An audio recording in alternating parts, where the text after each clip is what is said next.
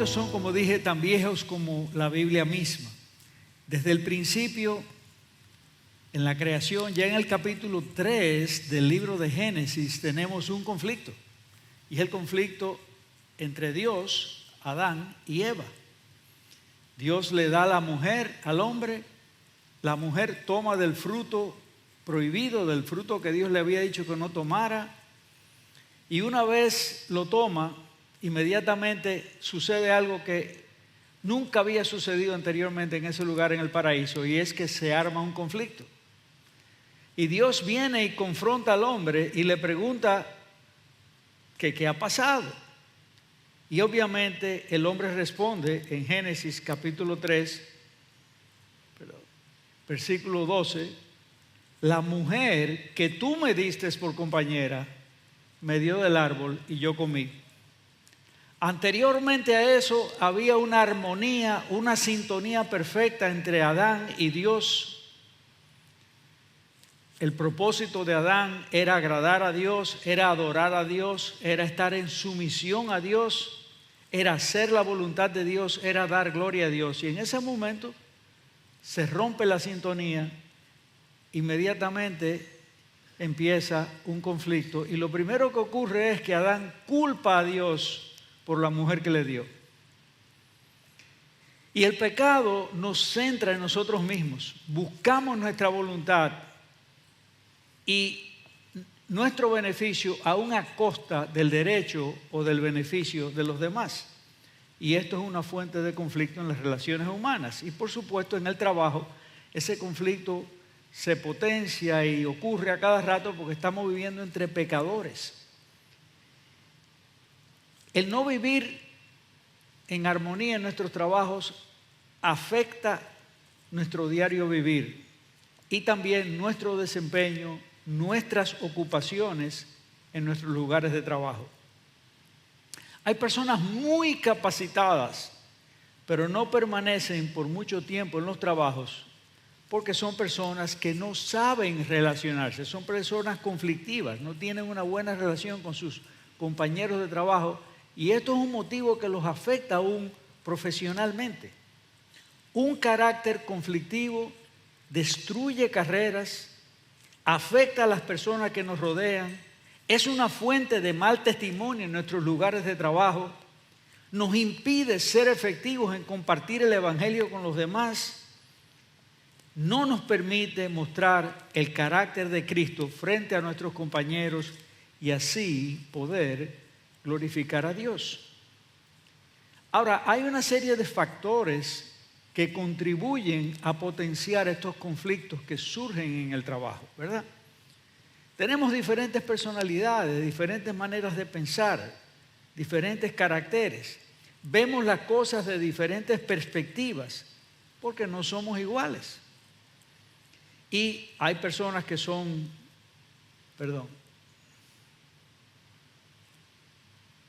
dominantes, difícilmente aceptan órdenes de los demás, les gusta llevar la voz cantante, aun cuando están bajo autoridad. Eso es una fuente de conflicto. Otra fuente de conflicto es que hay personas irresponsables que sacan a veces dentro de nosotros la ira, el enojo contra esa persona que está siendo irresponsable en su trabajo y que nos está afectando a todos, o a algunos de nosotros por lo menos. Pero también hay jefes toscos, desagradables, desconsiderados, los cuales también generan conflictos. O también hay empleados irrespetuosos, respondones, eso es muy común. O también hay chismes originados en la envidia y en los celos en los lugares de trabajo. O hay personas corruptas y engañadoras que quieren burlar el derecho de los demás con el engaño. O sea, una y otra fuente de conflicto generándose en los lugares de trabajo. Y también hay personas que mienten y hacen daño económica o profesionalmente.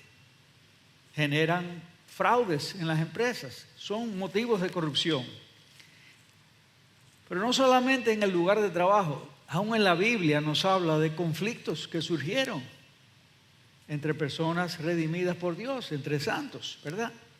Y está llena de ilustraciones. Ahí tenemos el famoso episodio, ¿verdad?, de dos personas, dos mujeres, aunque algunos comentaristas dicen que había uno que no se sabe si es mujer, pero eran dos mujeres, Evodiya y Síntique, con gran liderazgo en la iglesia de Filipos, que sostuvieron un conflicto de tal magnitud en medio de sus labores ministeriales que tuvo que motivar la intervención del apóstol Pablo mismo. Y le escribe a esas personas diciendo, escribe a un colaborador de él, que no se sabe el nombre de esa persona, pero que intervenga en esto. Y le dice, ruego a Evodiya y Síntique que sean de un mismo sentir. Y la palabra lo que quiere decir es que vivan en armonía en el Señor. Y asimismo te ruego a ti, compañero fiel, que ayudes también a estas que combatieron juntamente conmigo en el Evangelio. Nos dice aquí la Escritura que Evodiya y Síntique eran colaboradoras, combatieron juntas en el Evangelio, trabajaban juntas, eran personas muy productivas en la obra del Señor y de repente las relaciones fueron afectadas y la cohesión del equipo de trabajo en Filipos, que era un Dream Team, resulta que fue tremendamente afectada. Pero no solo eso. Vemos también un conflicto entre dos grandes líderes de la iglesia. El apóstol Pablo y Bernabé estaban en Antioquía, ¿verdad? Y resulta que por un conflicto entre cómo escoger al equipo de trabajo, Bernabé sugiere que Juan Marcos se vaya con ellos a Chipre y Pablo decide que no, porque Juan Marcos los había dejado a ellos en Panfilia y había dejado el equipo para irse, por las razones que sean. Y Pablo entendía que no debía viajar con ellos. Y dice la Escritura que hubo un desacuerdo tan y tan grande entre ellos que se separaron Pablo y Bernabé. Insólito. Gracias a Dios luego en la Biblia nos da testimonio de que luego volvieron a la armonía entre ellos y que no hubo ningún problema, pero estas relaciones fueron restauradas. Pero el punto es que los conflictos están presentes en todos los lugares, de manera especial en nuestros lugares de trabajo, porque allí es donde más tiempo pasamos y segundo, no son relaciones familiares, se crea un estrés en el trabajo. Y hay situaciones también en que el hombre enfrenta en sus trabajos situaciones de conflicto por causa de la justicia. O sea, hay situaciones donde se nos presenta el nosotros tener que pecar para complacer a un jefe o ser agredidos o perseguidos por ser fieles. Y en el Sermón del Monte el Señor habla sobre el tema y se refiere a todo, incluyendo el tema del trabajo, y dice, bienaventurados los que padecen persecución por causa de la justicia, porque de ellos es el reino de los cielos. Vamos a tener conflicto en el trabajo porque estamos haciendo lo que es correcto. Y el creyente que no accede a ser utilizado en una empresa para falsear la verdad, para participar en un acto de corrupción, etcétera, va a padecer persecución. Y muchos de ustedes quizás aquí han tenido que pasar por esas situaciones. Verse en esta situación de que se les requiere hacer algo que su conciencia no les permite y ustedes dicen que no. Y eso trae pérdidas aún hasta del empleo muchas veces, ¿verdad? Ahora, ¿cuál debe ser el carácter de un creyente en un mundo en conflictos? Y eso es lo que nosotros quisiéramos tratar hoy, especialmente de manera más particular en sus lugares de trabajo. Y yo no voy a traer aquí ninguna revelación adicional a la que la Biblia dice. Todo está en la Biblia. La Biblia nos habla de cómo manejar los conflictos en sentido general y lo mismo nos sirve para manejar el conflicto en el lugar de trabajo. Así que sencillamente lo que vamos a hacer aquí es recoger los lugares en la Biblia donde nos habla del manejo de conflictos y llevarlos al lugar de trabajo, ¿verdad?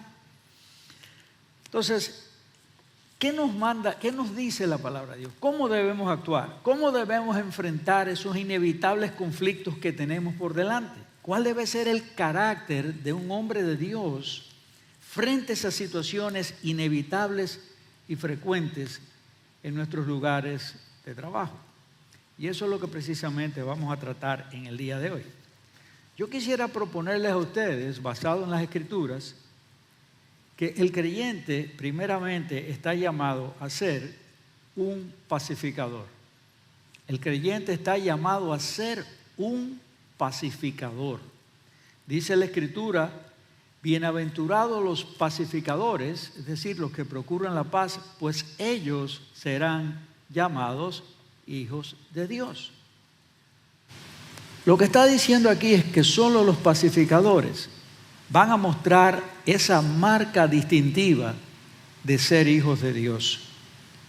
Usted puede haber acumulado todos los méritos humanos que usted quiera, puede hacer muchas obras religiosas, puede ser un maestro de escuela dominical o un predicador, puede ser un teólogo, puede ser lo que usted quiera, puede ser un activista en la iglesia, pero si usted no es un pacificador, usted no está mostrando la identidad y el carácter que Dios quiere que usted muestre en su vida. Y nosotros hemos visto esto, aún en esta iglesia, en nuestro pasado, ¿verdad? Como tuvimos etapas donde por falta de madurez o una serie de situaciones tuvimos conflictos porque habían personas en el liderazgo que no eran pacificadores.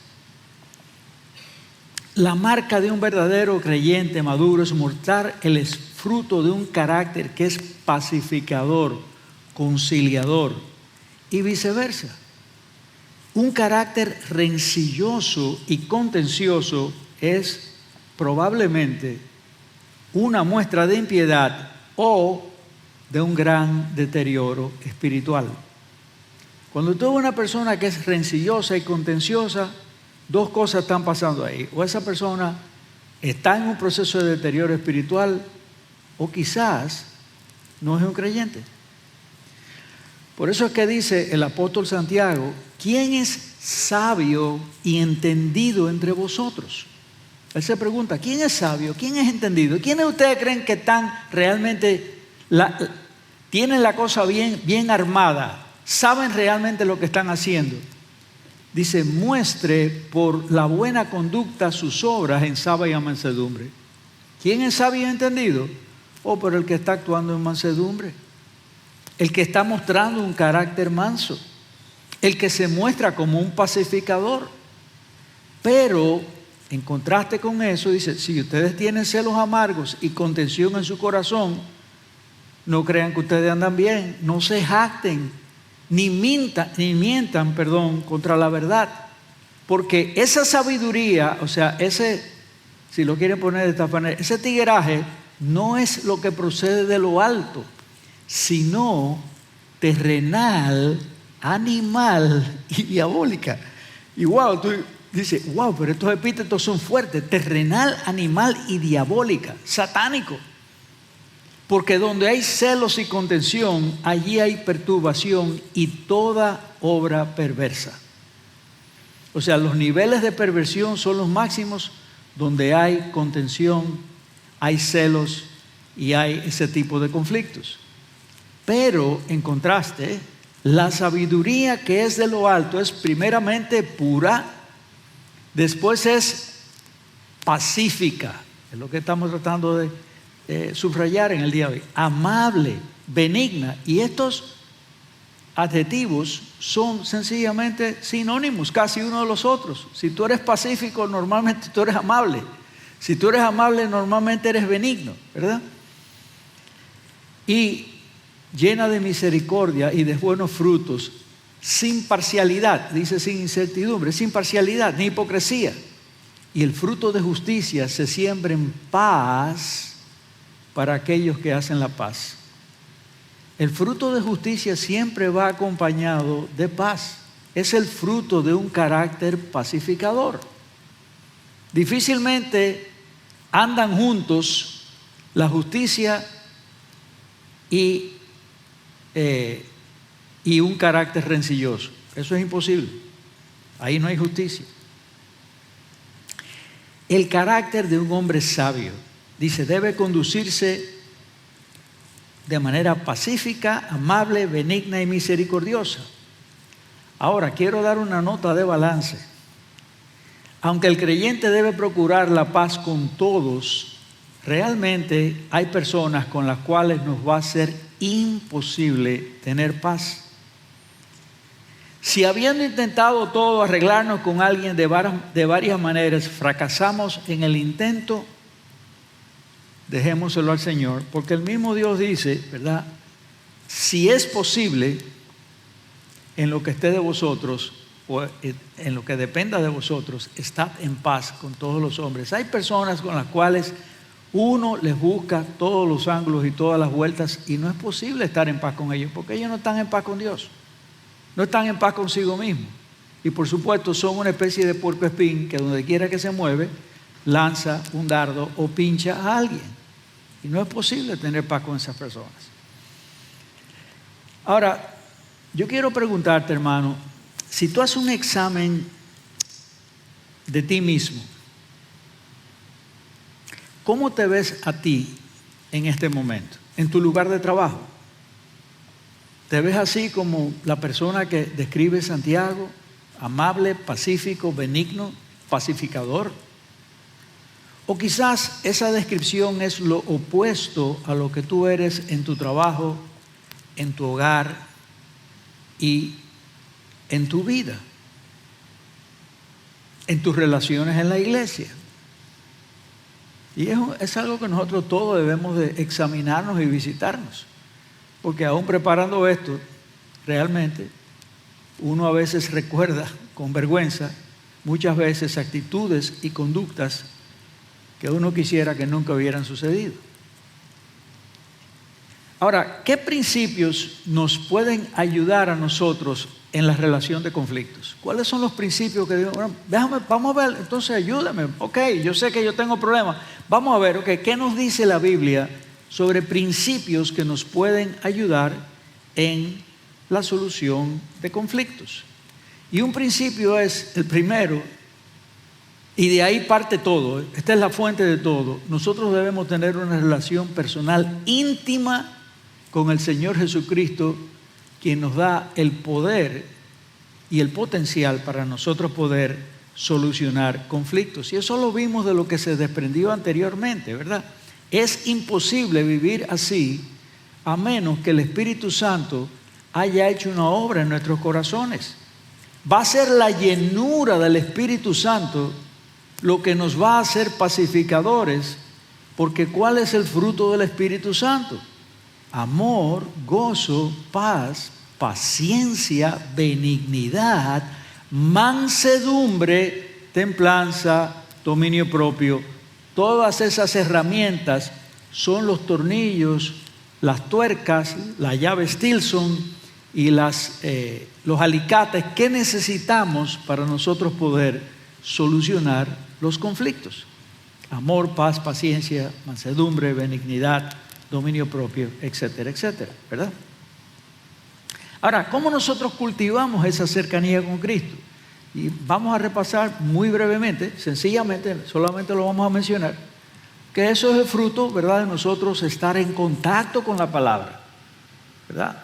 Es la llenura de la palabra de Dios la que nos va a dar a conocer a Cristo. Y esa llenura de la palabra de Dios que nos da a conocer a Cristo, cuando nosotros la meditamos, cuando nosotros extraemos los principios de la palabra, tenemos una cercanía con Cristo, estamos viendo el modelo que Dios quiere que copiemos de hombre, entonces nosotros vamos a poder actuar de esta manera.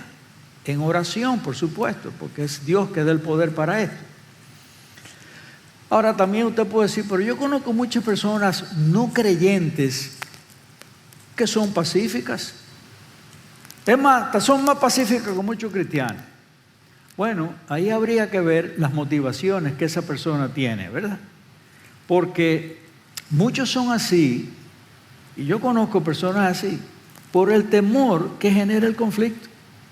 Ellos no quieren conflicto porque temen enfrentarse a alguien, o temen la dificultad que acarrea el tú manifestar una opinión contraria, el tú llevarle la contraria a una persona de poder, y se dejan aplastar para evitar la confrontación. Otros son así por temor a los hombres, para estar bien con todo. Hay gente que está bien con todo el mundo y hasta cambian, ¿verdad? De bando. Si están con uno hablan de una manera, si están con otro hablan de otra manera. No quieren conflicto con nadie. Ahora, en el creyente no es la cobardía, no es el interés personal, no es la apatía, es la gloria de Dios la que nos estimula muchas veces a ceder nuestros derechos y buscar la paz con los demás. A veces nosotros, para evitar un conflicto, soportamos a una persona no porque la persona merezca ser soportada, sino porque nosotros estamos buscando la gloria de Dios y cedemos ese derecho, ¿verdad? Otro principio para ayudarnos a resolver conflictos es que si queremos resolver conflictos y llevarnos bien con los demás, debemos de desarrollar unas cualidades muy importantes que se describen en este pasaje de Efesios capítulo 4, versículo 1, versículo 3. Dice Pablo: yo pues, preso en el Señor, os ruego que andéis como es digno de la vocación o llamamiento al que ustedes fueron llamados, ¿verdad? Y dice aquí que con toda, y estos son los tres principios que yo quiero que nosotros, con toda humildad, un principio, mansedumbre, otro principio, soportándoos con paciencia, otro principio, humildad, mansedumbre, paciencia, los unos a los otros en amor, solícitos en guardar la unidad del Espíritu en el vínculo de la paz. Los creyentes tenemos todas estas características en común, lo cual nos da un gran potencial para llevarnos bien. Andar como es digno de la vocación quiere decir que en nuestra conducta diaria, en nuestra forma de vivir, nuestro comportamiento, nuestro caminar debe ser, y esto subráyelo, de acuerdo con nuestra identidad de hijos de Dios. Nosotros tenemos que conducirnos como lo que nosotros decimos que somos. Somos hijos de Dios, pues tú tienes que andar conforme a esta identidad. Tú tienes que ser humilde, tú tienes que ser manso, tú tienes que ser paciente. Ahora, yo quisiera que nosotros tomáramos cada una de esas cualidades y las analizáramos, porque revisándola vamos a ver qué es lo que tenemos que implementar en el momento del conflicto, ¿verdad? Entonces vamos primeramente con la parte de la humildad, ¿verdad? ¿Qué es lo que es la humildad? Sin humildad no puede haber solución de conflictos, ¿verdad?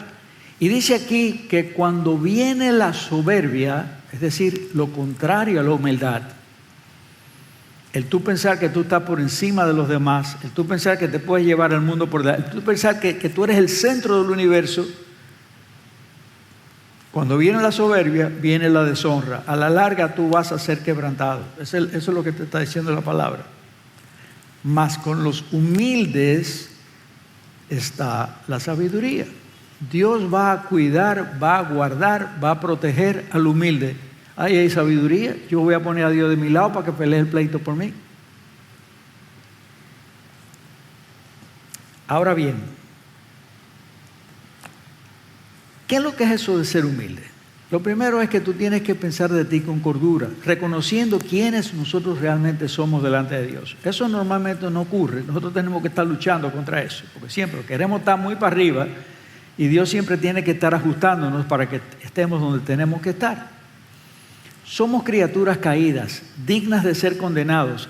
La humildad nos ayuda a entender que aun cuando tú recibas la peor de las críticas, mira, todavía quedas mucho mejor que la opinión que Dios tiene de ti. ¿Tú quieres saber cuál es la opinión que Dios tiene de ti? Léete Romanos, capítulo 10, capítulo 3, versículos 10 y 17. Justo no hay un uno, no hay quien busque a Dios, no hay quien entienda, no hay quien haga lo bueno, no hay siquiera uno. Sepulcro abierto es su garganta, veneno de áspides hay debajo de sus labios. Y bla, bla, bla, sigue por ahí. Esa es la opinión de Dios de nosotros. Entonces, si esa es la opinión de Dios de nosotros, no te creas más de ahí, punto. Y esto es lo que se acerca a la realidad. Y esto nos va a ayudar a no sentirnos tan molestos cuando alguien nos critica, cuando alguien nos adversa. Humilde es el que sabe que todo lo que es, todo lo que tiene y todo lo que ha logrado es fruto de la gracia de Dios en su vida. Y eso nos lo recuerda Pablo en 1 Corintios, ¿verdad? Cuando nos dice, ¿quién te distingue? ¿Qué tú tienes que no has recibido? Bueno, porque yo soy una persona muy inteligente, no, eso te lo dio Dios. No, porque tú no sabes que yo vengo de tal familia, no, eso te lo dio Dios. No, porque tú sabes que yo fui a tal universidad, te lo dio Dios. Dios permitió todo en tu vida. Todo lo que tú tienes es Dios que te lo ha dado. Y si te lo dio, si lo recibiste, dice el texto, ¿por qué te glorías como si no lo hubieras recibido? Si todo lo que tú eres te lo dio Dios, ¿de qué tú te estás jactando? Piensa que tú eres sencillamente un administrador de las cosas que tú tienes y de las cosas por las cuales vas a dar cuenta algún día. Más bien tú tienes que tener temor de decir, wow, Dios me dio todo esto, yo tengo que usarlo para bien y dar cuentas a Dios cuando me llame a dar cuentas. No pensar que tú eres mejor que nadie, no pensar que eres la gran pieza, que eres el centro del universo, con muchas personas, me lo hizo a mí, o tú sabes quién soy yo. No, tú no eres nadie. La humildad nos permite desentendernos del deseo de prestigio propio y dar preferencia a los demás. Porque estimamos a los demás, o deberíamos estimarlos, como la Biblia nos manda, dicen, estimen a los demás como superiores a ustedes mismos. Ahora, ¿cómo yo ando en humildad? Si yo quiero andar en humildad, lo primero que yo tengo que hacer es examinar en qué yo pude haber contribuido al conflicto, no importa lo que haya hecho el otro. Es que él se airó y me habló mal y me dijo 2 o 3 groserías. Sí, ok, pero piensa tú qué tú hiciste también para motivar esa reacción. Hay algo que tú pudiste haber hecho para motivar esa reacción. Entonces nosotros lo primero que tenemos que hacer es preguntarnos, Señor, ¿qué yo he hecho mal? Yo sé que yo soy una persona falible. Y si hubo algo que tú hiciste mal en ese conflicto que se generó, lo primero que tú tienes que hacer es ir a la otra persona y pedirle perdón. Ahora, muchos tememos pedir perdón porque eso nos hace lucir débiles en el conflicto. Pensamos que la otra persona tiene un grado mayor de culpa o que tiene toda la culpa y nosotros no queremos admitir nuestra parte porque eso nos pone en una situación de debilidad. Pero nosotros tenemos que ser humildes, eso es ser humilde. Tú ve y pide perdón por la parte tuya. Es que se va a creer que yo fui el que hizo todo el asunto y no va a reconocer su parte. Déjale eso a Dios y señálale su parte. Dice la Escritura, ¿por qué miras ese polvito que está en el ojo de tu hermano y no te das cuenta de la viga que está en tu ojo? Tú estás tan centrado en ver el polvito o crees que estás viendo un polvito porque tú tienes una viga que no te permite ver las cosas bien. ¿Cómo puedes decirle a tu hermano, déjame sacarte ese polvito porque me molesta realmente, cuando la viga está en tu ojo? Dice la Escritura. Hipócrita, saca primero la viga de tu ojo y entonces verás con claridad para sacar la mota de tu hermano.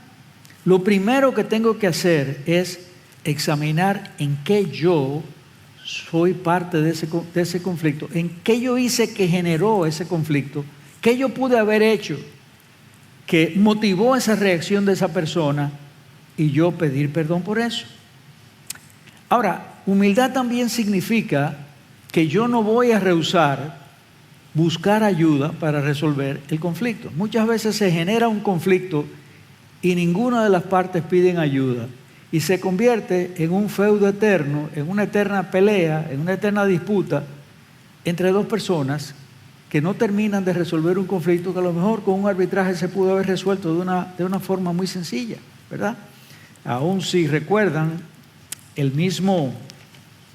el conflicto famoso de Evodia y de Síntique, que el apóstol Pablo ¿verdad? Le dice a alguien, compañero fiel, yo estaba tratando de ver quién era ese, pero en la Biblia dice que no se sabe quién era ese compañero fiel, que ayudes a estas personas, es decir, a Bodhi y a Sintique, que combatieron juntamente conmigo en el Evangelio.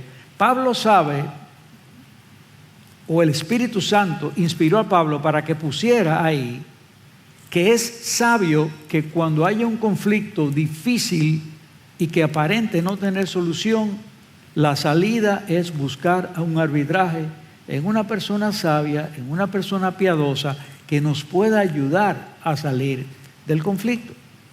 Y si el conflicto es en el lugar de trabajo, entonces quizás no pueda buscar un pastor y un hermano sabio, pero puedes buscar una persona que te ayude en el arbitraje. Hay que buscar a alguien que te ayude. Aparte de la humildad, hay otro aspecto importante que nosotros debemos de cultivar y es la mansedumbre. Y la mansedumbre es alguien que es benigno, suave, bondadoso, apacible. Es lo opuesto a esa persona que está buscando desquite, venganza, represalia, que alberga amargura, que alberga resentimiento.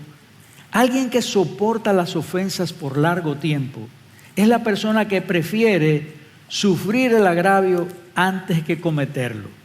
Alguien definió la mansedumbre como poder bajo control. Puedes hacer daño y decides no hacerlo. Cuando Jesucristo lo fueron a apresar en el Monte de los Olivos, que Pedro sacó la espada y le cortó la espada, ¿qué dice el Señor? Tú no sabes que si yo quiero, pido una legión de ángeles y el Señor viene y destruye esta situación, a esta gente inmediatamente. Y mostró su poder cuando le dijo a ese hombre, yo soy, y cayeron todos hacia atrás. Sin embargo, se dejó coger preso. La mansedumbre es poder bajo control. Tú puedes hacer daño y decides no hacerlo. ¿Por qué? Porque tú quieres dar gloria a Dios. Simple y sencillamente, quieres dar gloria a Dios. Quieres comportarte como Cristo se comportó.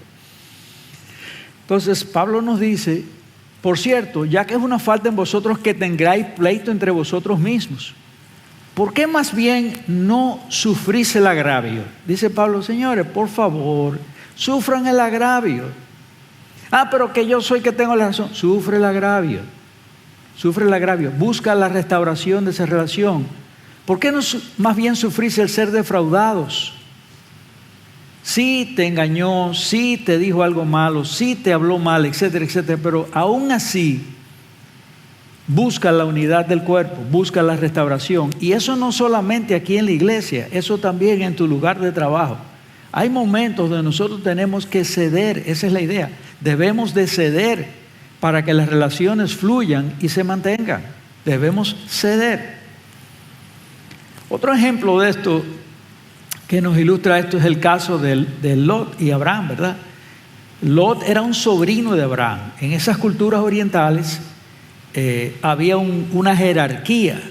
Siempre las personas mayores, los viejos, los familiares de mayor jerarquía, eran personas muy respetadas. Abraham prospera, sus ovejas empiezan a multiplicarse, las ovejas de Lot que estaba junto con Abraham empiezan a multiplicarse y empiezan a haber conflicto entre los pastores de ellos. Al final, Abraham previó que si eso no se resolvía, iba a venir un conflicto mayor. ¿Qué le dijo él a Lot? Él pudo haber dicho, bueno, mira Lot, yo fui que te invité aquí a trabajar conmigo, yo soy tu tío, soy una persona de más jerarquía que tú, así que yo te recomiendo que tú te vayas buscando otro sitio porque aquí el que estaba primero fui yo. No, Abraham le dijo, ¿verdad? Según dice eso, que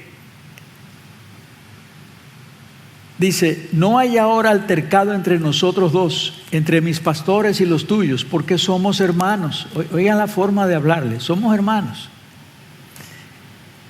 Él le dijo, óyeme, pero que tú no atiendes ese ganado, se me está pasando por el potrero mío. No, somos hermanos. Dice Abraham, no está la tierra delante de ti, yo te ruego que te apartes de mí. Escoge tú. Si tú te vas a la izquierda, yo me voy a la derecha. Si tú te vas a la derecha, yo me voy a la izquierda.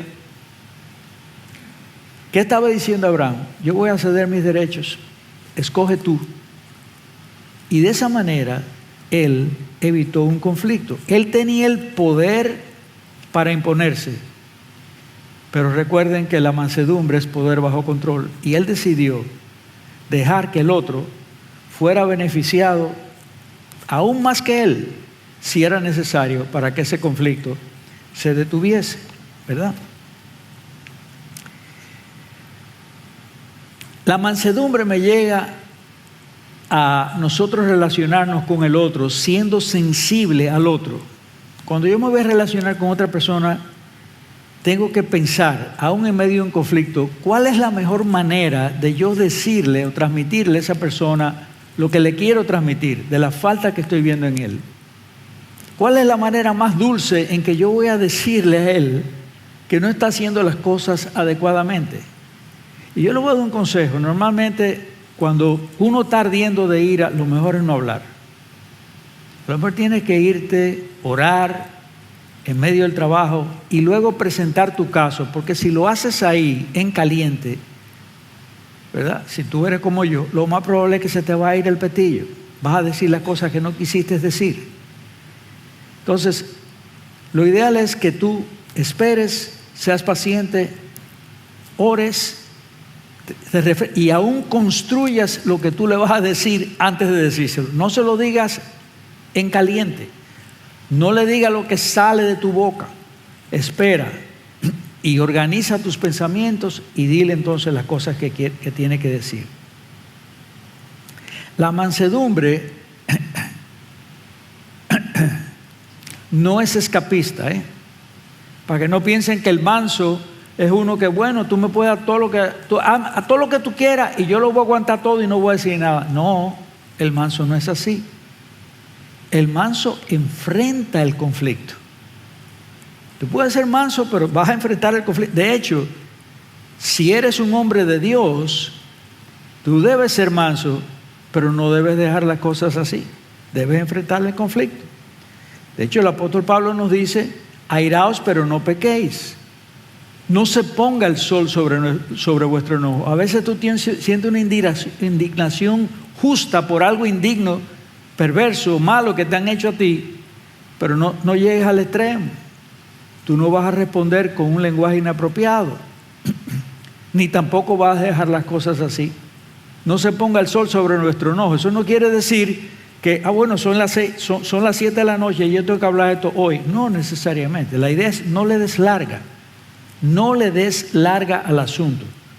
Tú tienes que ir y hablar con esa persona, ¿verdad?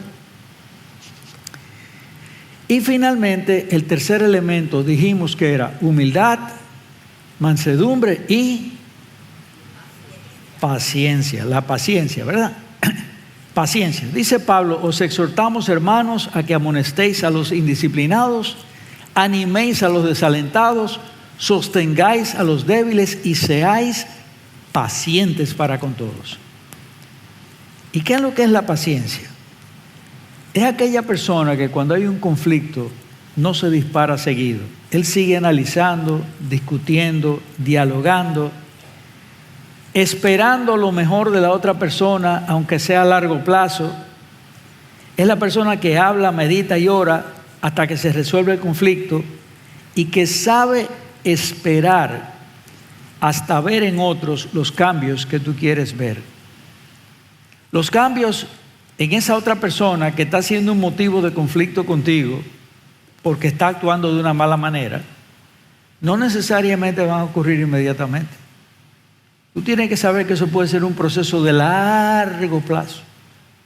Y a veces toman años para tú ver cambios en una persona. Entonces, eso es lo que es el paciente. Él espera a ver los cambios en la otra persona. Ahora bien, vamos a entrar ya en el tiempo que nos queda de lleno en cuáles son la metodología operativa, por así decirlo en términos laborales, para nosotros resolver conflictos en el trabajo, ¿verdad? Sea con un creyente o con un inconverso.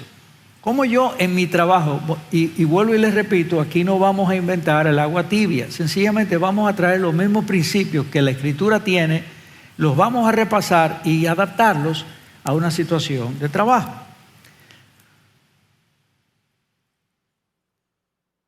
Primeramente, cuando tú eres el que ofendes, ¿verdad?, ¿cómo tú vas a reaccionar en tu trabajo? Lo primero, ¿verdad?, es que nosotros recordamos ese texto, ¿verdad?, que dice que si tú has pecado contra tu hermano, ¿verdad?, o si él ha pecado contra ti, ve y tú repréndele. Pero también si tú has pecado, ¿verdad?, contra tu hermano, ¿verdad?, tú debes ir y confesar el pecado. ¿Qué nos dice Proverbios 28:3? El que encubre su pecado no prosperará, mas el que lo confiese y se aparta alcanzará misericordia. Hemos faltado, hemos cometido un agravio contra un relacionado a nuestro trabajo. ¿Qué debemos hacer nosotros? Primeramente, si es un creyente, no hay que decirte, ¿verdad? Aquí lo dice. Tú tienes que ir a confesar tu pecado. Tú tienes que ir a decirle lo que tú hiciste, aún las actitudes que tú tuviste, y confesarle tu pecado a esa persona y pedir perdón. Eso va a glorificar a Dios. Ahora, ¿qué pasa si esa persona no es un creyente? Tú estás en tu lugar de trabajo, tienes un hermano en Cristo. Hermano, mira, perdóname, yo pequé porque tal y tal y tal cosa. ¿Qué pasa si no es un creyente? A veces decimos, bueno, pero es que él no va a entender lo que yo le voy a decir. No, tú vas y le pides perdón y tú le puedes decir algo como esto: mira, yo he venido aquí porque soy un creyente y Dios a mí me ha dado una convicción de que yo he pecado contra Él y he cometido tal o cual falta que yo sé que a ti te ha afectado, y yo quiero que tú me perdones, porque yo quisiera comportarme delante de Dios y delante de ti y en este lugar de trabajo como Dios quiere que yo me comporte, como es digno de la vocación a la cual fuimos llamados. ¿Y sabes qué? Eso podría ser lo que comience un interés en esa persona por el Evangelio. Confesemos nuestros pecados, ¿verdad? Ahora, ¿qué pasa cuando no es confesando tú, sino que otro cometió una falta y tú tienes que ir a confrontarlo, ¿verdad? Mateo 18:15 nos habla claro, ese texto que nos dice: si tu hermano peca contra ti, ve y repréndele estando tú y él solos. Si te escucha, has ganado a tu hermano, y si no te escucha, lleva contigo a uno o dos más, para que toda palabra sea confirmada por la boca de 2 o 3 testigos. Y si rehúsa escucharlos, dilo a la iglesia, y si rehúsa escuchar a la iglesia, tenle por gentil y publicano. Y el primer principio que podemos extraer de este texto que acabamos de decir es que la confrontación sea directamente con la persona que nos ha causado el agravio. Muchas veces la tendencia nuestra, tanto en la oficina como en la iglesia, es que vamos a decirle a otras personas la falta que vimos en él o que cometió él contra nosotros antes de hablar con la persona, ¿verdad? Y todos aquí hemos sido ampliamente instruidos en esta iglesia de que eso es pecado. Hay momentos donde tú puedes ir a un pastor o a una persona muy madura en la fe a consultar algo que la forma en que tú quieres llegar a esa persona para decirle, y no tiene necesariamente que decir el nombre. Mire, yo tengo esta situación con una persona a bordo porque esa persona me ha agraviado, cometió un pecado. ¿Qué yo le digo? ¿Cómo hago sin decir el nombre? Ahora, igualito que funciona con el creyente, donde tú le vas a decir, mira, tú has pecado por esto y por esto y por esto y por esto. Tú y él solos, no hablarlo, no divulgar esa falta públicamente en tu lugar de trabajo. Igual, ¿verdad? También debemos hacer con el que no es un creyente. Nosotros ir solos, estando con él solo, y hablarle de esa manera mansa, paciente, amable, benigna, sobre lo que nosotros vimos, siempre teniendo la humildad de decir, mira, yo creo esto, considero esto, tú dijiste esto contra mí o hiciste esto contra mí, y donde no hay una certeza absoluta de lo que tú le vas a decir, quizás puedes decirle, mira, yo pienso que advertí esto y esto y esto en ti, en la forma en que tú me hablaste, así, así, así. Pero teniendo siempre el cuidado de hacerlo con amor y con humildad, ¿verdad? Y por supuesto reprenderle, ¿verdad?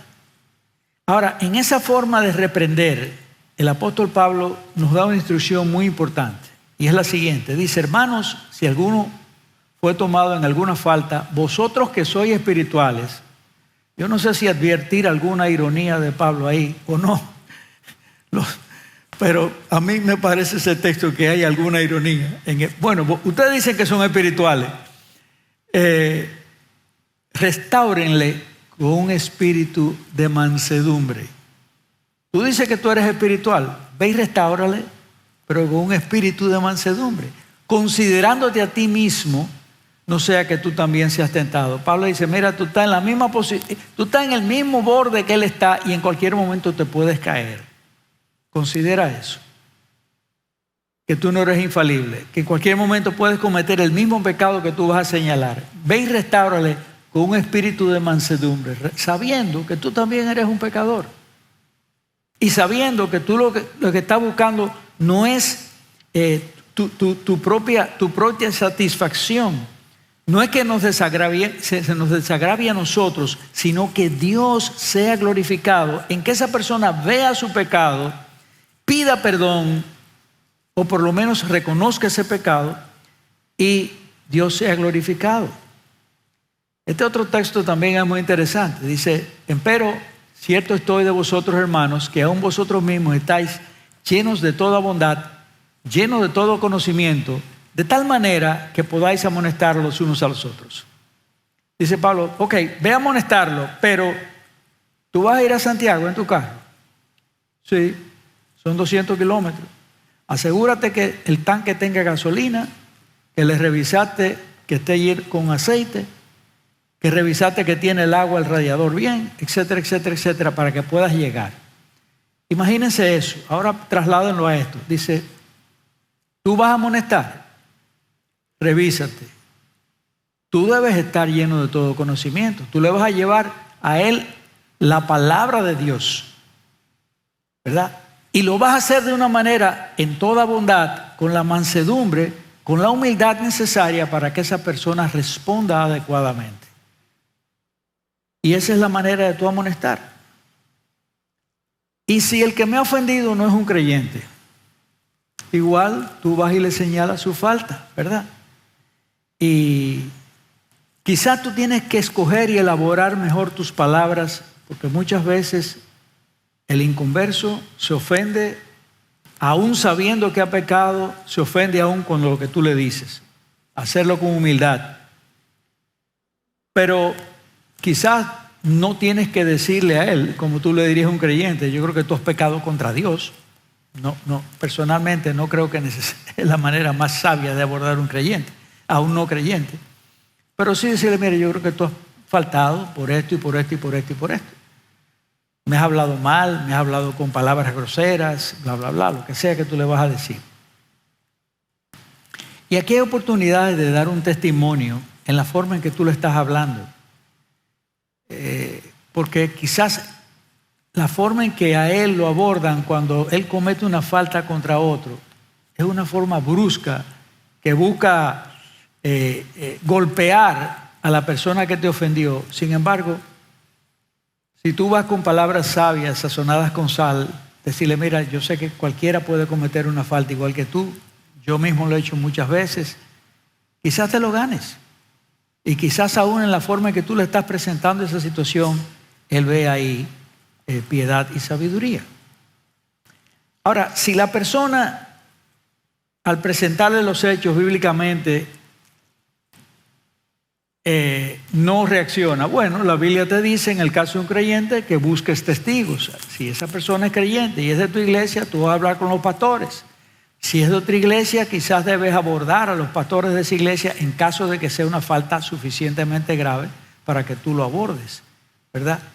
Y que esa persona pase, ¿verdad?, por los procedimientos que la Biblia nos habla en Mateo 18 al 20, donde al final, si no hay un arrepentimiento y la falta lo amerita, esa persona puede ser considerada hasta gentil y publicano, ¿verdad? El caso del ofensor que no cede en su opinión.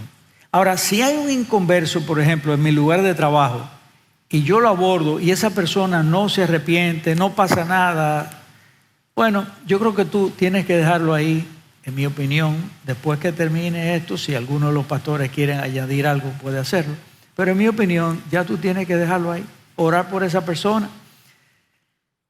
porque no hay más arbitraje ya posible, ¿verdad? Ahora, hay casos donde la defraudación, el daño, puede tener un matiz legal, ¿verdad? Y en ese caso, ¿qué? Si esa persona te ha defraudado, te ha robado, bueno, se puede considerar una acción legal, pero debemos hacer todo lo posible por nosotros no llegar a eso, recordando siempre que un mal arreglo es mejor que un buen pleito, ¿verdad? Y que lo ideal es no tener que ir a la justicia. Y en ese sentido, hermanos, y ya para concluir con esta última parte, ¿deben los creyentes zanjar sus disputas laborales en los tribunales de justicia? Miren, la respuesta sencilla es la siguiente: no. Los creyentes no deben usar la justicia civil o comercial para asuntos de conflictos laborales entre creyentes, porque Dios ha designado a la iglesia como la más alta corte para juzgar entre creyentes. Dice el apóstol Pablo: ¿osa alguno de vosotros, teniendo algo contra otro, ir a juicio delante de los injustos y no delante de los santos? ¿No sabéis que los santos han de juzgar el mundo? Si tú fueras el Consejo Nacional de la Magistratura y tú vas a escoger los jueces para transar esto, tú vas a escoger el juez que va a pasar, o tú vas a escoger ese juez que va a juzgar el mundo cuando este mundo pase juntamente con Jesucristo. Está diciendo, escoge el mejor juez. Y si el mundo ha de ser juzgado por vosotros, sois indignos de juzgar cosas pequeñas. Si los que van a juzgar el mundo, ¿verdad?, no son dignos para ti, para juzgar un tema de que te habló mal o te dio un tumbe con un dinero o lo que sea.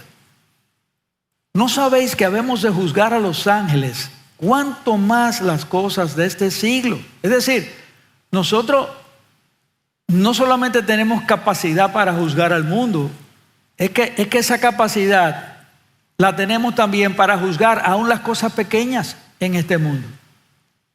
Por tanto, dice Pablo, si hubieres de tener juicios en cosas, ponen a juzgar a los que son de menor estima en la iglesia. Y lo de menor estima aquí no está hablando del hermano que barre o el hermano que cuida los parqueos, no está hablando de eso, no de la jerarquía eclesiástica. De menor estima está refiriéndose aquí a que no es un santo en la iglesia, no está en la iglesia, y tú estás buscando fuera de la iglesia, en el mundo, las personas que van a juzgar esto. Cuando tú tienes en la iglesia las personas que van a juzgar el mundo, que tú puedes llamar a acompañarte como jueces en este caso, sino que el hermano con el hermano pleiteen juicio, y esto ante los infieles. Entonces, la idea es, no debes de hacer eso. Ahora bien, ¿qué pasa si ese llamado hermano, un ejemplo, te defraudó con un dinero, tú eres socio de él, te dio un palo, te robó millones de pesos o lo que sea? Tú lo llevaste a la iglesia, ese hermano no responde, lo declararon en la iglesia como gentil y publicano, lo votaron porque es una persona que no se ha arrepentido. ¿Qué tú haces? Bueno, aquí tenemos dos opciones. Una es que tú tienes en ese caso, y esa persona no está bajo la protección de la iglesia, la posibilidad de, si tú quieres llevarlo a un juicio, llévalo a un juicio. Porque ya delante de la iglesia esa persona se separó de la iglesia y se declaró como gentil y publicano. ha cometido un acto de defraudación, no hay arrepentimiento bíblico en él, ha mostrado que no es un creyente, ya él fue arrojado al mundo, entonces tú tienes que bregar con él en los términos del mundo. Pero aún para llegar a esto hay que pensarlo bien también, porque muchas veces puede involucrar situaciones que el testimonio mismo de Cristo se ve afectado. Vamos a suponer que una persona que ha sido harto reconocido por el mundo, inclusive como una persona de mucho activismo en una iglesia, muy reconocido como cristiano, y de repente se arma un escándalo porque tú lo demandaste en una corte civil, etcétera, etcétera. O sea, hay cosas que hay detalles de esto que habría que pensar y meditar. Solamente estoy planteando, ¿verdad?, que en un caso así podría venir esa situación. Y vamos a dejarlo aquí.